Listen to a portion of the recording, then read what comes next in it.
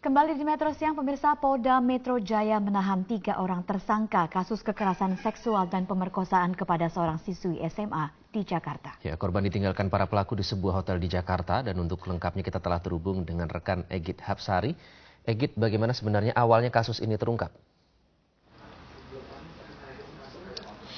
Riki dan juga Iqbal, Polda Metro Jaya khususnya Dirkrim Polda Metro Jaya baru saja mengungkap kasus kejahatan seksual yang menimpa seorang siswa SMA, dan kasus ini memang terjadi sejak akhir tahun lalu namun baru terungkap pada bulan ini. Untuk lebih lengkapnya lagi saya akan langsung mewawancarai Dirkrim Polda Metro Jaya Kombes Pol Krisnamurti. Selamat siang, Pak. Selamat siang, Mbak Egit. Pak, bisa diceritakan secara singkat kronologi kejahatan seksual yang menimpa siswa SMA ini, Pak? Jadi ini kejahatan yang cukup berat ya.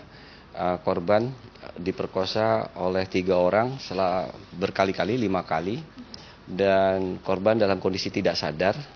Waktu itu pada saat dilaporkan kasusnya sangat gelap, korban tidak mengetahui identitas pelaku dan tidak mengingat peristiwanya. Namun alhamdulillah melalui penelusuran yang sangat panjang, anggota kami tetap confidence dan ulet mengungkap kasus ini.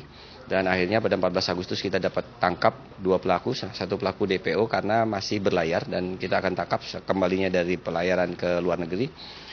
Dan salah satu pelaku cukup kooperatif setelah kita akhirnya mengetahui identitas ketiga pelaku melalui penelusuran yang mendalam melalui scientific investigation.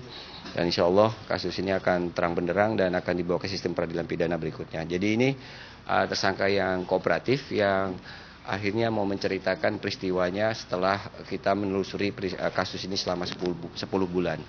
Jadi bisa dilihat, yang bersangkutan bisa tanya, selama proses interogasi, interview, apakah ada kekerasan terhadap Anda selama ini? Tidak pernah, Pak. Tidak pernah ya. Jadi Anda menceritakan dengan sukarela peristiwa ini. Iya, Pak. Setelah kita lakukan pemanggilan dan kita mencari identitas ya.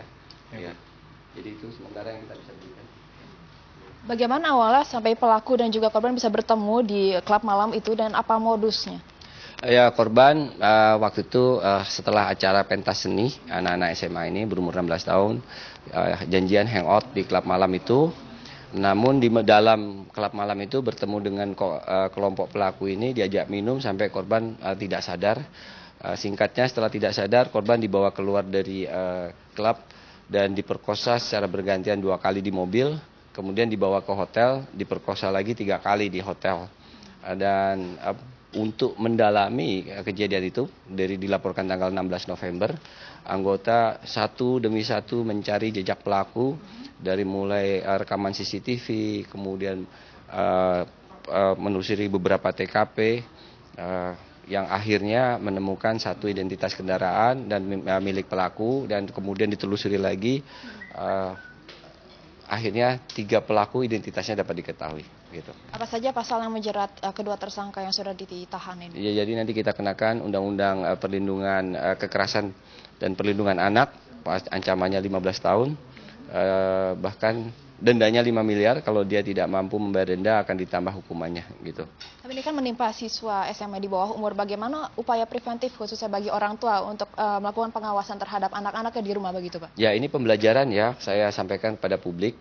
Anak umur 16 tahun berkeliaran malam hari di klub malam dengan pakaian yang minim, apapun bisa terjadi. Jadi orang tua lain kali ketika anak-anak gadisnya keluar, tolong diperhatikan terutama pakaiannya dan kemana mereka tujuannya. Yang lebih bagus lagi adalah waktunya, jangan sampai malam hari, dan tidak akan terulang peristiwa ini terhadap anak-anak yang lain. Terima kasih Pak Krisna atas waktunya siang ini. Ya, demikian Rike dan juga Iqbal wawancara kami dengan Dirkrim Polda Metro Jaya. Saat ini Dirkrim sudah menahan 2 tersangka dan juga masih mencari 1 tersangka lainnya. Rike dan Iqbal.